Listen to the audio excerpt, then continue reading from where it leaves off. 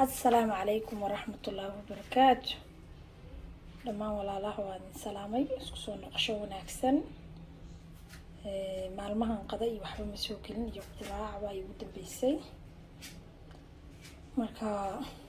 family-ga qado ay ka heleen oo liiri ku celi aan raba maantana inaan duubo waa chicken intaan waa isku shiidaya intaan markaan shiido intaan ku shubaya ku shubo ka bacdi oo isku huurinayo yogurtkaan ku daraya plain yogurtkaasaan ku daraya oo isku huurinaya adiga 30 daqiiqo meelahaas ay isku oolayaan meeshan dan markaas ka bacdi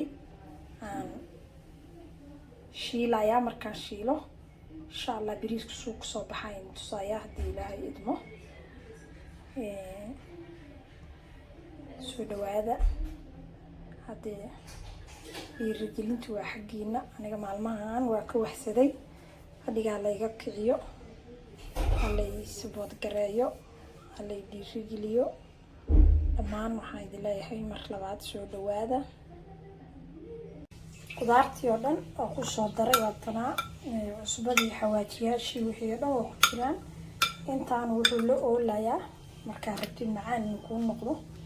2 saac meelahaas uu ku yaalo waa 2 saac amal uu ku yaalo la huurisi meel la dhigtay marka waxaan isku soo shiido toontii basashii yaanyadii wixii oo dhan isku shiidan ku daray waa la huurinaa meel la dhigaya dan waa isku soo noqonaynaa marka intaan uu ku huuro hadii 2 saac la dhigtay xitaa waa kaaga si fiican tahay yoogad yaran ku daraya intaasaan isla dhigaya yogurtkaasaan ku daraya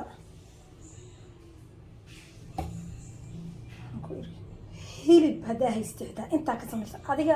niyada iska gelin chicken ma haysto chickenka hilibka ka fiican hilibka soo gado waa weyne sida biskeetiga u xaleefi intaan la dhig bariiska bas sida u samayso hadhow korka ka saaro salar yarna ku darso ma ahan chicken ma haysto chickenka hilibka ka fiican أخيراً ساني كسب حذاء قددي ما شاء الله chicken كي الكورة سمية كركن كساري بريس كي ما شاء الله بريس وفور كسب حي بس واحد كشرة كاروت داس يو بينس ديجري ريار يو قلي إسكو درسان كشرة قلي داس كشرة كدري marka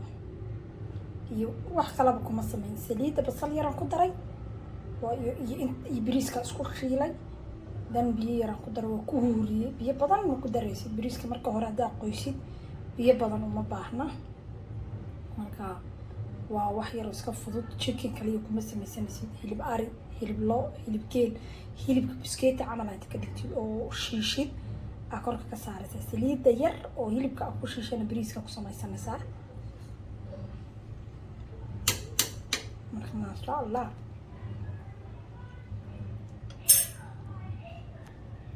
wax yar macaan kaaga soo baxaya